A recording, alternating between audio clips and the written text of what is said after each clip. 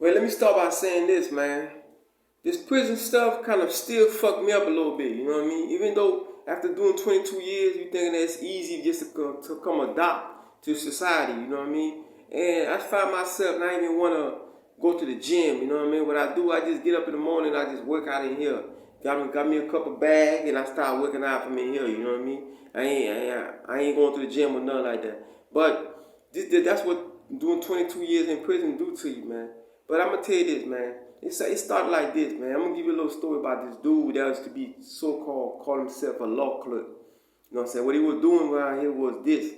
He was running around in the compound with a bunch of books in his hand saying that he do legal work and he send people home. So when you tell somebody that you know how to do legal work and you real good at it, you send people home, a lot of people come to you, you know what I mean? Because everybody want to go home. Everybody want to fight their case, but you saying you like Johnny Cochran. So everybody want to come to you with money and everything. So what he was doing was this. He was saying that how good he was in doing legal work. So everybody was like, you know, coming to him. So what he started doing, he had a scheme where he had going. He had somebody in the street pretending to be a lawyer. You know what I'm saying? And as he get your paperwork, he react like he read your paperwork, and then he send the paperwork to the street. And he'll tell you, he'll have the person go meet your family in the street and talk to your family with a suit and everything. He might tell your family you need $7,000 to $8,000. And your family hear that, you telling your family this guy's legit. And what they do is your family give him the money. So while you in there with him. So now when you step to him, you like, what's going on? You say, I'm doing your case. Give me all your paperwork. So he'll get all your paperwork. He'll look at him, you know what I'm saying, and send something to the street, you know what I mean, to the dude. So now you thinking that he's doing your legal work. So he doing that shit with like 10 people. You know, so he doing that shit 10, 15 people. So he's getting money off them. So what he do is now, this what he do now. Once he get your money, he keep telling you that he filed something. So now you ain't got no access to no computer. You ain't got no access to no phone. So you can't tell if he's telling the truth or not. You see what I'm saying? But one individual he did that to was a very slick dude. Very smart dude. What he did was he had his family go online on the DOC website to see if he had anything pending in the court. So when he checked, it was nothing in the court pending, but the dude told him that he had something pending. So now when they started discovering that he was a liar, that he was a thief. So now all the dudes got together, man. I'm talking about they were plotting on him, waiting for him to stab him up. So what he did was he didn't realize what was going on till the last minute. I mean, he was going from the child hall with a bunch of books in his hand, pretending that he was a lawyer. And the guys, a bunch of older guys, ran down on him and stabbed him so many times. You something? He ran from the child hall, by the child hall, ran down there, they ran after him, they were stabbing him. I'm talking about they were stabbing that dude so bad, man. It hurted me to see that, you know what I mean? But this is what's going on with dudes that's manipulating and be trying to be slick. And come to find out, this was not the first time he did that. He went to different camps was doing that type of stuff until he got the DCI and them guys stabbed the shit out of him.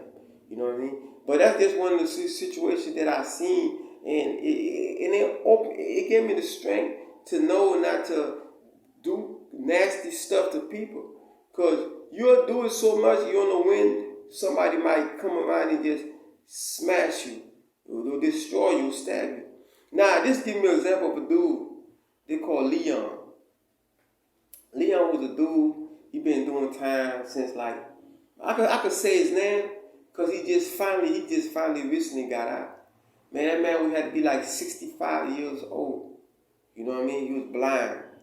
65 years old. He was blind. He couldn't see real good. Leon was an old man from way back in the old booty bandit from way back in the days. He had to do like 40 years, man.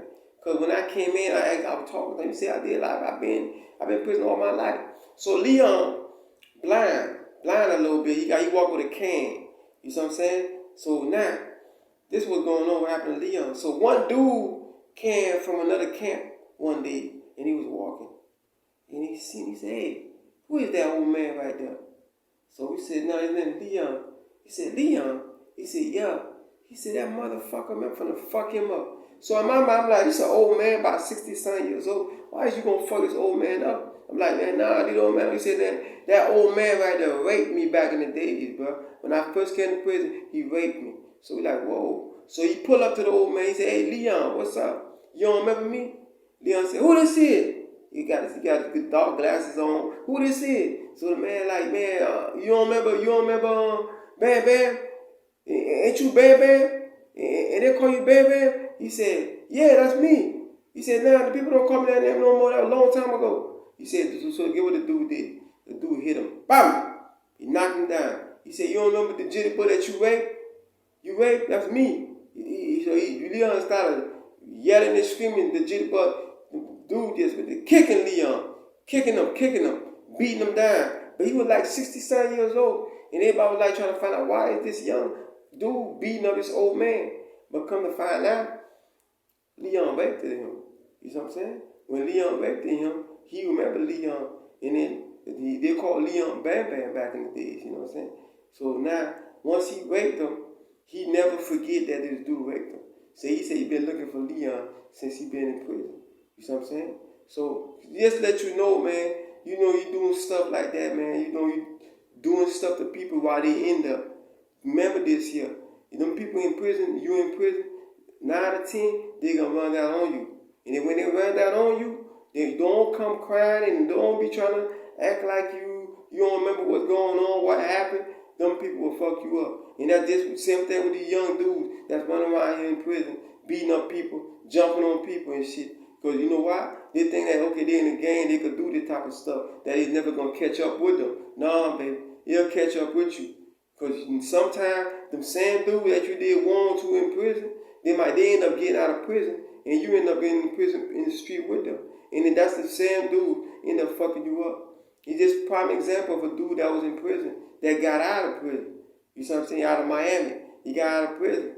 But what he did was in prison, he jumped on this dude. They beat him up. You know what I'm saying? By 6, 7 of them beat the dude up, fuck the dude up, broke his jaw. You know what I'm saying? But guess what? He got out. But he didn't know the dude that he beat up.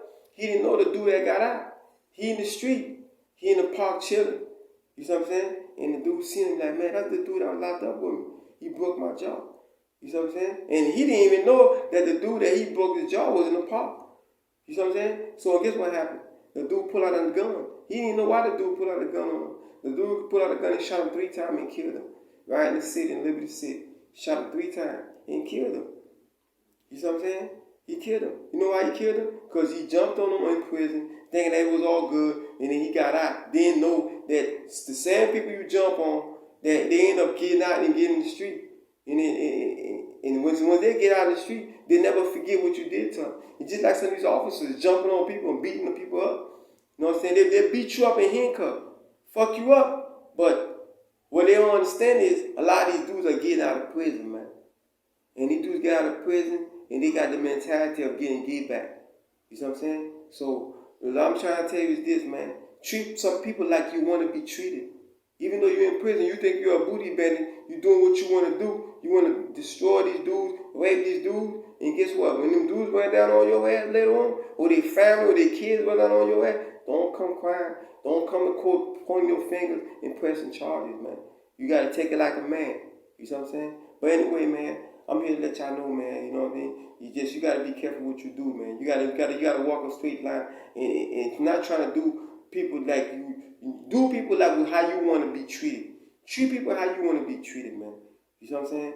Hey, man, they call me Cash, man. Y'all already know me, man. You know, y'all just subscribe to this, man. I got some more stories to let y'all know what's going on, man. You see what I'm saying? Hey, y'all be easy, man. Whoever out there, man. Y'all got kids, man. Y'all talk to them kids, man. You feel me? Talk to them.